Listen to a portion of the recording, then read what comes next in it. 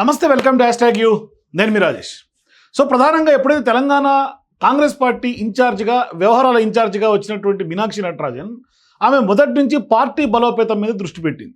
అంటే కాంగ్రెస్ పార్టీలో ఉన్నటువంటి లుకులుకులు, పార్టీ మధ్యలో ఉన్నటువంటి కోఆర్డినేషన్ గ్యాప్స్, మరోవైపు చాలా నియోజకవర్గాల్లో పాత కొత్త ఇటువంటి లీడర్షిప్స్ మధ్య ఉన్నటువంటి గ్యాప్స్, వీటిని ఫుల్ఫిల్ చేసి ప్రక్షాళన దిశగా ఆమె అడుగులు ముందుకేస్తోంది. అయితే ఇప్పుడు అడుగులు ముందుకేస్తున్నటువంటి క్రమంలో ఆమె ప్రభుత్వం మీద పూర్తిగా దృష్టి పెట్టకుండా కేవలం పార్టీ బలోపేతం అయితే ఖచ్చితంగా రానున్నటువంటి స్థానిక సంస్థల ఎన్నికల్లోనైనా, భవిష్యత్తులో Congress party next CM Revanth Reddy గారు నెక్స్ట్ 10 ఏళ్ళు కాంగ్రెస్ పార్టీ 2034 వరకు కాంగ్రెస్ అధికారం అని ఆయన ఏదైతే చెప్తున్నాడో ఆ దిశగా ఈమె కొంత పార్టీని స్ట్రెంగ్తన్ చేసే దిశగా కొంత చాలా కీ రోల్ ప్లే చేస్తుంది. అందుకనే మీనాక్షి నటరాజన్ ఇప్పుడు స్థానిక సంస్థల ఎన్నికలు వస్తున్నాయి కాబట్టి ముందు కాంగ్రెస్ పార్టీలోనే మార్పు మొదలవ్వాలి, కాంగ్రెస్ పార్టీలోనే కొంత స్టార్ట్ అవ్వాలి, ఇనిషియేట్ అవ్వాలి, మొత్తం ఎక్కడ కూడా లుకులుకులు ఉండకూడదు, సెటరైట్ చేసే కార్యక్రమానికి మీనాక్షి నటరాజనే శ్రీకారం చుట్టారు.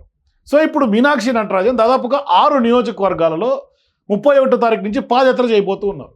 పాదయాత్ర చేయటమే కాదు, అందరినీ సమన్వయపరుస్తా, అందరినీ ఒక తాటి మీద తీసుకొచ్చి వాళ్ళందరితోటి రకరకాల కార్యక్రమాలకు కూడా ప్లాన్ చేస్తున్నారు మీనాక్షి నటరాజన్. సో ఈ దిశగా ఒకసారి షెడ్యూల్ కూడా విడుదలైపోయింది. సో ఇప్పుడు రాష్ట్ర వ్యాప్తంగా ఈ పాదయాత్ర విడతల వారీగా ఉండే అవకాశం ఉంటుంది. ప్రధానంగా ఈ పాదయాత్ర పరిగి నియోజకవర్గం నుంచి ప్రారంభమై ప్రతి నియోజకవర్గంలో 8 నుంచి 10 కిలోమీటర్ల మేర కవర్ చేస్తూ వారం రోజుల పాటు సాగే అవకాశాలు స్పష్టంగా ఉన్నాయి షెడ్యూల్ను చూస్తే. అంటే రాష్ట్రంలో కాంగ్రెస్ పార్టీని బలోపేతం చేయడం, ప్రజలతో మమేకమవటం మరీ ముఖ్యంగా. ఎందుకంటే ప్రజల్లోకి కాంగ్రెస్ పార్టీ చేస్తున్నటువంటి అభివృద్ధి సంక్షేమ పథకాలని ప్రజల్లోకి బలంగా తీసుకెళ్లాల్సినటువంటి బాధ్యత కాంగ్రెస్ పార్టీ కార్యకర్తలో ఉంది. మరోవైపు పార్టీలో కొంత సమన్వయాన్ని కల్పించే విధంగా ప్రభుత్వ విధానాలు, పథకాలపైన కూడా కాంగ్రెస్ పార్టీ నాయకులకి అవగాహన కల్పించడమే లక్ష్యంగా ఈ పాదయాత్ర సాగే అవకాశాలు ఉన్నాయి.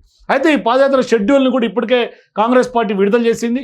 పెద్ద ఎత్తున 6 నియోజకవర్గాల్లో ఈ పాదయాత్ర కవర్ అయ్యేలాగా రూట్ మ్యాప్ వచ్చేసింది. సో వివిధ నియోజకవర్గాల్లో పెద్ద ఎత్తున గ్రామాలు కానీ పట్టణాలు, అట్లాగే కొంత సమావేశాలు పూర్తి స్థాయిలో నిర్వహించుకుంటూ కొంత అందరినీ మమేకం చేసుకుంటూ ముందుకెళ్లే అవకాశం ఈ పాదయాత్రలో కనిపిస్తుంది. సో ఇప్పుడు దాకా షెడ్యూల్ అయితే ఖరారైనటువంటి నేపథ్యంలో పాదయాత్రకు సంబంధించినటువంటి పూర్తి వివరాలను కూడా టీపీసీసీ ప్రకటించినటువంటి సందర్భంగా ఏఐసీసీ ఆదేశాల మేరకే ఈ పాదయాత్ర 31 నుంచి కూడా ఉమ్మడి జిల్లాల్లో ఒక నియోజకవర్గంలో జిల్లా స్థాయి పాదయాత్ర, శ్రమదానం కార్యక్రమాలు నిర్వహించే అవకాశం ఉంటుంది.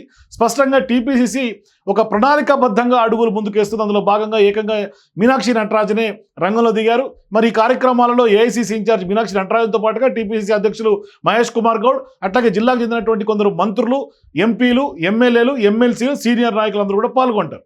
సో ఇప్పుడు ఈ పాదయాత్రకు సంబంధించినటువంటి వ్యవహారాన్ని మొత్తం కోఆర్డినేట్ చేసేందుకు గాను 6 లీడర్లను కూడా కొంత బాధ్యతలు అప్పచెప్పారు. సో ప్రధానంగా ఆయా నియోజకవర్గాల్లో ముఖ్యమైనటువంటి కేంద్రంలో సాయంత్రం 5 నుంచి 10 కిలోమీటర్ల మేర ఈ పాదయాత్ర నిర్వహించి అక్కడే పల్లె నిద్ర, అంటే కాంగ్రెస్ పార్టీ కార్యకర్తలతో పల్లె నిద్ర చేస్తారు. తర్వాత మరుసటి రోజు ఉదయాన్నే తెల్లవారుజామున లేచి అదే గ్రామంలో పెద్ద ఎత్తున శ్రమదాన కార్యక్రమం కూడా నిర్వహిస్తారు. తద్వారా ఖచ్చితంగా ప్రధానంగా ఉన్నటువంటి అక్కడ ఉన్నటువంటి డీసీసీ సభ్యులు కానీ, ఎంపీపీలు కానీ, జెడ్పీటీసీలు, గ్రామ సర్పంచులు, అట్లాగే అక్కడ ఉన్నటువంటి కాంగ్రెస్ పార్టీ కోర్ అంతా కూడా, అంటే గ్రౌండ్ లెవెల్లో క్షేత్రస్థాయిలో ఉన్నటువంటి వాళ్ళందరితో కూడా కొంత మమేకమయ్యే అవకాశం ఉంటుంది. కీలక నాయకులతో సమావేశాలు నిర్వహించి సాయంత్రం మరో నియోజకవర్గంలో కూడా ఈ పాదయాత్రలు కొనసాగించే అవకాశాలు ఉంటాయి. మొదటి విడతగా 6 జిల్లాల్లో ఒక్కో నియోజకవర్గాన్ని ఎంపిక చేసుకుని జిల్లా స్థాయిలో కార్యక్రమాలు నిర్వహించాలని కూడా ఇప్పటికే ఏఐసీసీ నిర్ణయం తీసుకుంది. ఆ దిశగా ఇప్పుడు మీనాక్షి నటరాజన్, టీపీసీసీ అధ్యక్షులుగా ఉన్నటువంటి మహేష్ కుమార్ గౌడ్ కూడా కొంత అడుగులు పడుతున్నారు. ఒకసారి ఆ షెడ్యూల్ వివరాలు ఒకసారి మీకు చెప్పే ప్రయత్నం చేస్తా. సో ఇప్పుడు షెడ్యూల్ ప్రకారం కనుక చూసుకుంటే ఈ మొత్తం పాదయాత్ర 6 నియోజకవర్గాల్లో జరగబోయే పాదయాత్రకి 6 కోఆర్డినేటర్లు. ఒకరు ఎంఎస్ రాజ్ ఠాకూర్ ఎమ్మెల్యే, ఆయన కోఆర్డినేట్ చేస్తారు. అట్లాగే శంకర్ నాయక్ ఎమ్మెల్సీ కోఆర్డినేట్ చేస్తారు. కేతూరి వెంకటేష్, అట్లాగే జూలూరు ధనలక్ష్మి, పులి అనిల్ కుమార్. వీళ్ళు జూలై 31 నుంచి ఆగస్టు 6 వరకు ఈ పాదయాత్ర కొనసాగుతుంది. ఇందులో ఈ 5 క్రియాశీలకంగా బాధ్యతలు అప్పచెప్పారు. మొదటి రోజు రంగారెడ్డి జిల్లాలో పరిగి నియోజకవర్గంలో 31 జూలై సాయంత్రం 5 గంటలకు పాదయాత్ర స్టార్ట్ అవుతుంది. అట్లాగే నైట్ హాల్ట్ పరిగిలో చేస్తారు. 1 ఆగస్టు రోజు శ్రమదానం ఉంటుంది, పార్టీ కార్యకర్తల మీటింగ్ ఉంటుంది. ఇక 2వ తారీఖు ఆందోళన నియోజకవర్గంలో కొనసాగే అవకాశం ఉంటుంది. 3వ రోజు ఆర్మూర్లో ఉంటుంది. 4వ తారీఖు కాన్పూర్, ఆదిలాబాద్ కాన్పూర్లో జరిగే అవకాశం ఉంది. ప్రధానంగా ఆదిలాబాద్ జిల్లాలో ఈ పాదయాత్ర కొనసాగుతుంది. అట్లాగే 5వ తారీఖు చొప్పదండి, కరీంనగర్ జిల్లాలో ఈ కార్యక్రమం కొనసాగుతుంది. ఇక వరంగల్ వర్ధన్నపేట నియోజకవర్గంలో 6వ తారీఖుతో ఈ యాత్ర మొదటి విడత ముగుస్తుంది. సో పెద్ద ఎత్తున ఈ 6 నియోజకవర్గాల్లో ఏదైతే పరిగి, ఆందోళ్, ఆర్మూర్, కాన్పూర్, చొప్పదండి, వర్ధన్నపేట ఈ 6 నియోజకవర్గాల్లో కూడా సేమ్ ఇటువంటి పాదయాత్ర, అంటే ముందు రోజు సాయంత్రం పాదయాత్ర నిర్వహించడం, రాత్రి పల్లెనిద్ర చేయడం, ఉదయాన్నే శ్రమదానం, అట్లాగే కార్యకర్తలతో మీటింగ్, మధ్యాహ్నం 3 గంటల ఆ ప్రాంతాలకు మధ్యాహ్నం మీటింగ్ ఉంటుంది. తర్వాత 5 గంటలకి ఇంకొక నియోజకవర్గంలో పాదయాత్ర స్టార్ట్ అవుతుంది ఆ మరుసటి రోజు. సో ఇట్లా మొత్తం 6వ తారీఖు వరకు ఈ షెడ్యూల్ చాలా పవర్ ప్యాక్డ్గా ఉండబోతుంది. సో మొత్తం మీద కాంగ్రెస్ పార్టీని బలోపేతం చేసే దిశగా, మరోవైపు కాంగ్రెస్ పార్టీలోని అంతర్గతంగా కొంత ప్రక్షాళన చేసే దిశగా ఏకంగా మీనాక్షి నటరాజన్ స్వయంగా రంగంలో దిగుతున్నారు.